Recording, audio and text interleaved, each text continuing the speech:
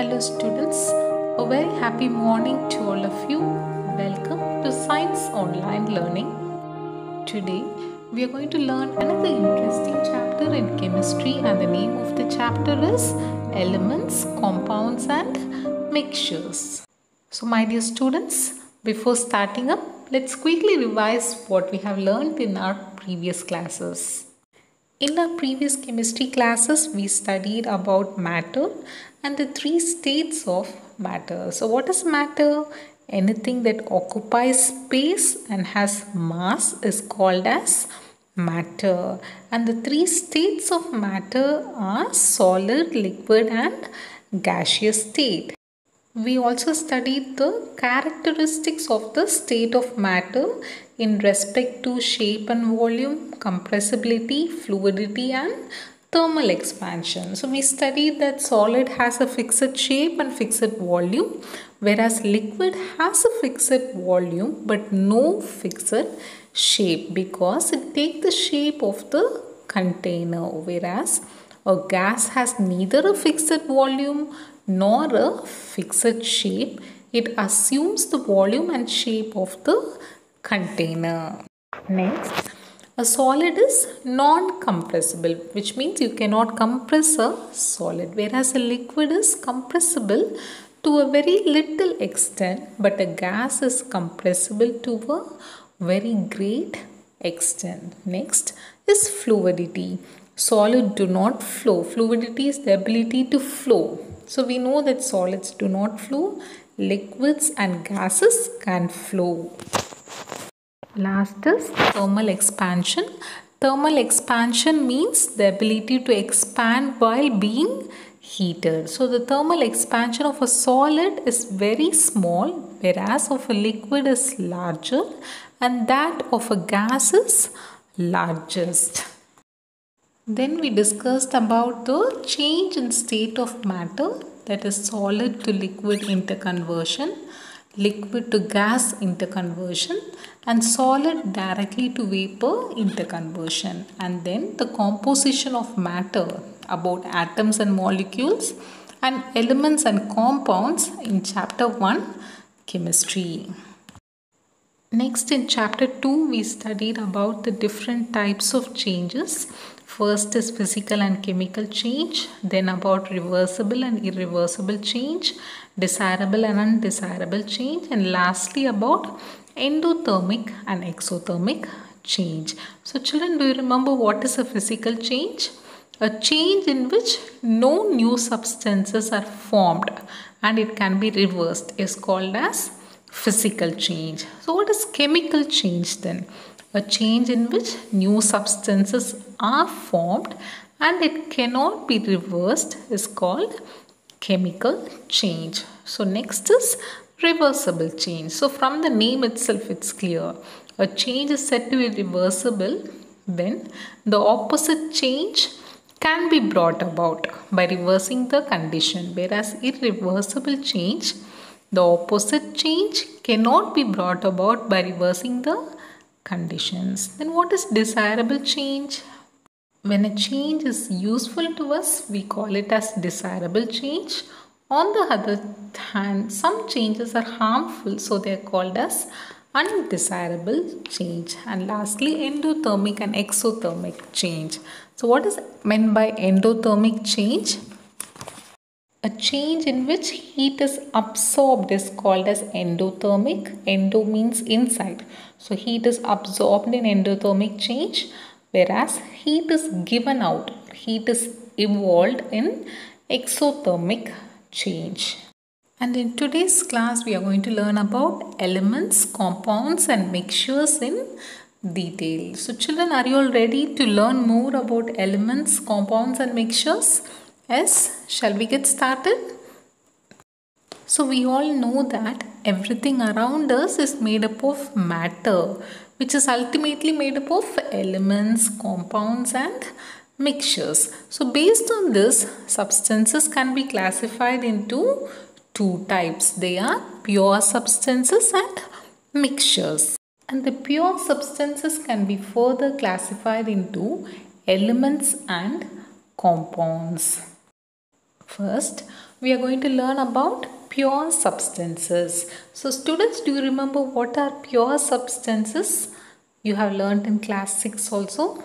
Yes, a pure substance is one that cannot be split. Split means divided. A pure substance is one that cannot be divided into simpler substance by a physical means such as filtration, sublimation or distillation. Students, you can turn your chemistry textbooks to page number 19, and you know the two types of pure substances are elements and compounds. So first let's see about elements.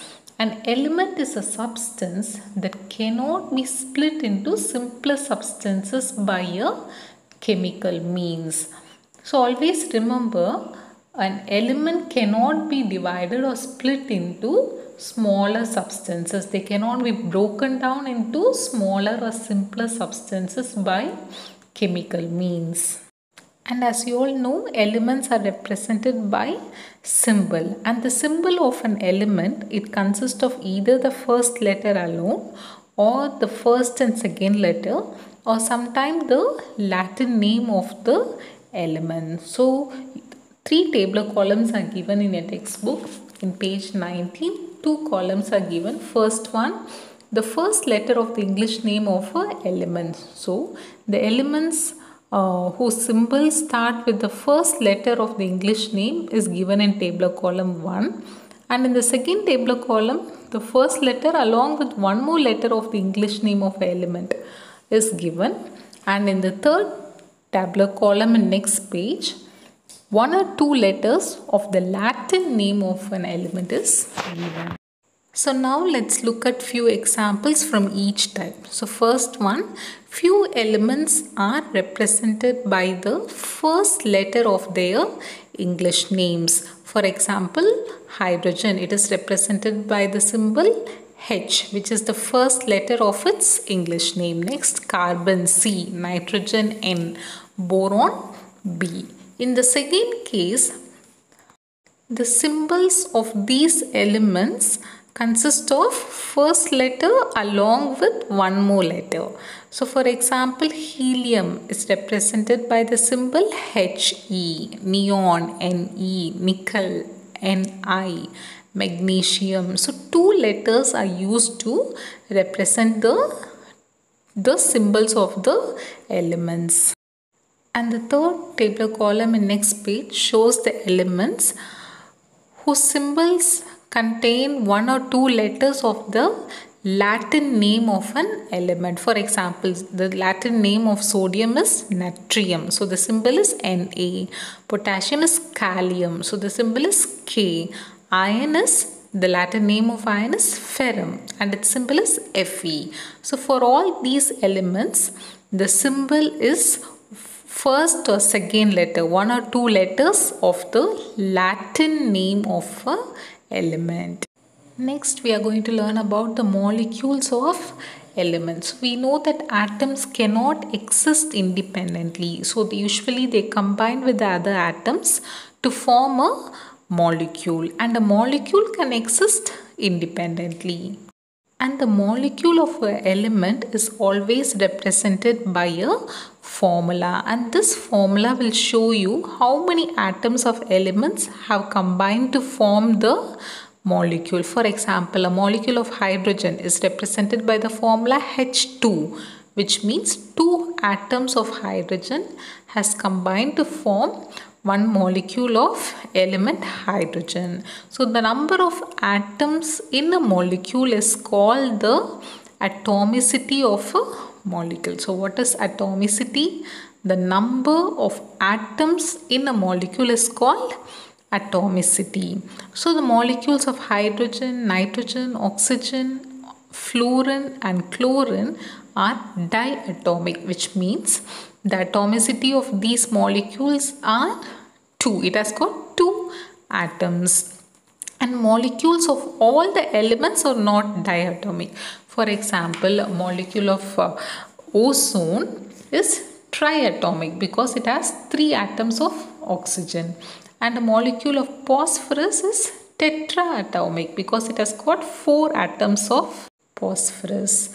and a molecule of sulfur is octaatomic, which means it has got 8 atoms of sulfur. And usually the atomicity of noble gases, the inactive gases, are monoatomic because they have only one atom. Next is compound. So what is a compound? A compound is a substance that can be split or broken down into simpler substances by chemical means. For example, hydrogen and oxygen. The elements of hydrogen and oxygen combine with each other, and when they are kindled, they form water. Similarly, the elements of carbon and oxygen, when they are burnt or when they are kindled, they form carbon dioxide, which is a compound. So how are compounds represented? We learned that elements are represented by symbols and molecules are represented by formulas, whereas compounds are also represented by formula. For example, the compound of water, H2O, it is represented by the formula H2O, which means it has got 2 atoms of hydrogen and 1 atom of oxygen. Students, you can look at the tabular column which is given here. The formula for carbon monoxide is CO, which means 1 atom of carbon and 1 atom of oxygen combined to form a compound of carbon monoxide. Similarly, is carbon dioxide. 1 atom of carbon combined with 2 atom of oxygen. And sulfur dioxide, 1 atom of sulfur combines with 2 atom of oxygen. So the compounds are represented by formulas, and the formula of a compound, it will show how many atoms of the elements have combined to form the molecule of a compound. So next, let's look at the characteristics of a compound. First, a compound can be split, can be broken down into its constituent elements only by chemical means and not by physical means like filtration or sublimation or distillation. So what is this? A compound can be broken down into the respective elements only by chemical methods, not by any physical methods like filtration or sublimation or distillation. For example, water can be split into hydrogen and oxygen only by chemical method, and we cannot do it with the help of physical methods like sublimation or distillation. And second one, elements combine in a fixed proportion of their atoms to form a compound. So elements usually combine in a fixed proportion. Proportion means amount or quantity. So elements combine in a fixed amount or quantity of their atoms to form a compound. For example, hydrogen always combine with oxygen in the ratio 2:1, which means 2 atom of hydrogen will combine with 1 atom of oxygen to form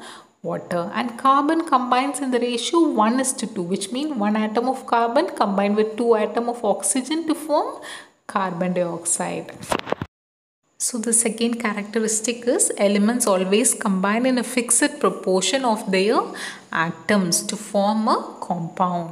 And the third characteristic is elements combine in a fixed proportion of mass to form a compound. So which means elements not only combine in a fixed proportion of atoms but also in a fixed proportion of mass. So the mass of the elements also is standard or it's fixed.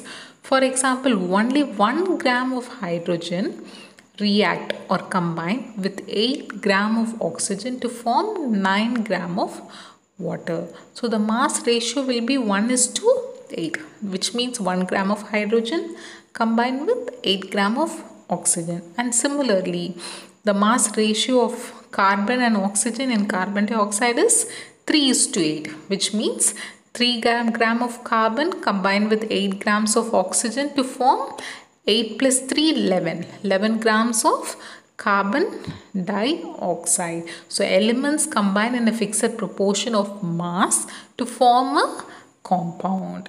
Lastly, the properties of compound are entirely different from those of its constituent elements, which means the property of water will be different from the property of hydrogen and oxygen. Similarly, the property of carbon dioxide will be completely different from the property of its constituent elements, carbon and oxygen. So we know that hydrogen plus oxygen gives water. So hydrogen is actually a gas and it can be burnt, whereas oxygen is a gas, it supports burning, but it combined to form a compound which is water. And you know, water is a liquid and it is fire extinguisher. Okay, water acts as a fire extinguisher, which means it stops fire. So from this example we can understand that the characteristics of the constituent element will be different from the characteristic of the compound which is formed. Next, let's quickly move on to mixture. So what is meant by mixture? A mixture is a substance that can be separated into two or more pure substances by a physical means such as filtration, sublimation or distillation. So what you have to remember here is we can separate the mixture by physical means. And the pure substances that make up a mixture, that forms a mixture, they are called as components of the mixture. So the pure substances, they cannot exist independently. So usually they will mix up to form the mixtures. For example, air is a mixture of gases like oxygen, nitrogen, carbon dioxide and water vapor. Even water you drink is a mixture of salts like calcium, magnesium salt, and even air is dissolved in water. And seawater, when you consider, it is a mixture of large number of salts with water. And even the soil, rocks, minerals, they are also mixtures of different kind of substances. Even the food we eat is a mixture of lot of nutrients like carbohydrates, proteins, vitamins, salt, even milk and blood are also example of mixtures. Lastly, we are going to learn two important topics: characteristics of a mixture and types of mixture. The mixture has the following characteristics. First one is the components of a mixture may be present in any proportion. So here the components can be of any proportion. It is not fixed. For example, in sugar solution, you can either add 1 spoon of sugar or you can make a sugar solution by adding 4 spoon of sugar or 8 spoon of sugar or how much ever you want. And in second characteristic is the components of a mixture coexist without chemically reacting with one another. For example, the components of a mixture, they don't react chemically with one another. No chemical reaction happens here. For example, soil has many components, but these components, they do not chemically react with each other. Even the mixture we eat, it has got many components, isn't it? Lots of grams, dal, a variety of dal and nuts, but they don't chemically react with each other. Third, the components of a mixture retain their properties. For example, a sugar solution will be sweet and watery. Similarly, a salt solution will be salty. So the components will continue to have the properties even when a mixture is formed. Fourth one, the components of a mixture can be separated by physical means. So by the process of distillation, we can separate salt and water. By the process of filtration, we can separate the mud which is present in water. So the components can be separated by physical means. Next is types of mixtures. So mixtures are usually classified based on the components. If two or more solids are mixed, the resulting mixture can be a solid mixture. When two or more liquids are mixed, then we can call it as liquid mixture. And when two or more gases are mixed, then we can call it as gaseous mixture.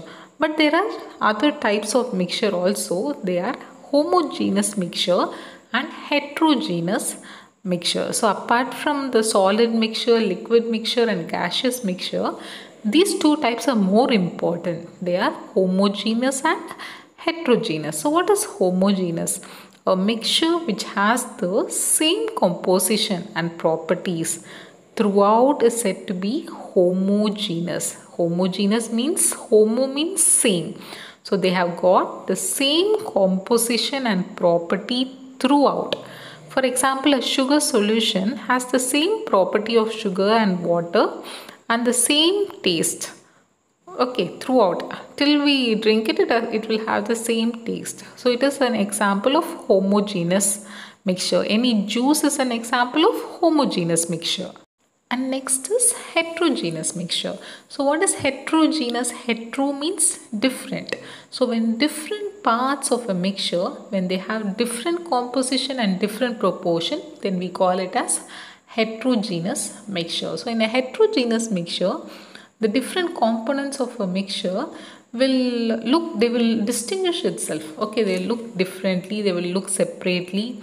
Some component will be more, some will be less. The taste of one component will be different, other will be different. So heterogeneous mixture means they will have different characters. Each component will have different properties, different composition and different characters. Students, figure 3.1 in your textbook, page number 23, shows the types of mixtures and their example. So the example of solid homogeneous mixture is all kind of alloys. So you all know what is alloy. Alloy is, you studied last year. Alloys means mixture of metals are called as alloys. So solid mixture, solid homogeneous mixture, the example is all alloys. Like brass is formed by the mixture of copper and zinc. Steel is formed by the mixture of iron, carbon and manganese. And stainless steel is formed by the mixture of iron, chromium and nickel. Whereas a solid heterogeneous mixture, example is rice plus stone, sand plus salt, salt and pepper, chalk and sugar. So these are the examples of solid heterogeneous mixtures. Next, example for liquid homogeneous mixture is a solution of spirit in water.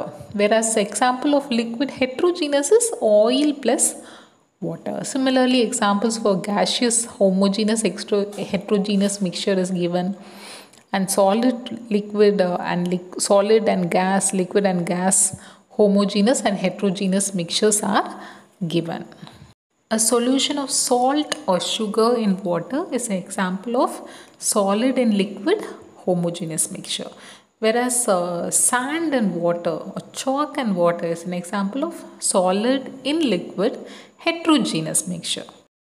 So my dear students, in this video we have studied about elements and compounds, pure substances and mixtures, mainly about the characteristics of mixtures and about the types of mixtures. And now it's time for you to do your classwork notes. Write neatly in your classwork, children, and read the portion whatever I have taught you in today's video. Thank you, students. Have a nice day.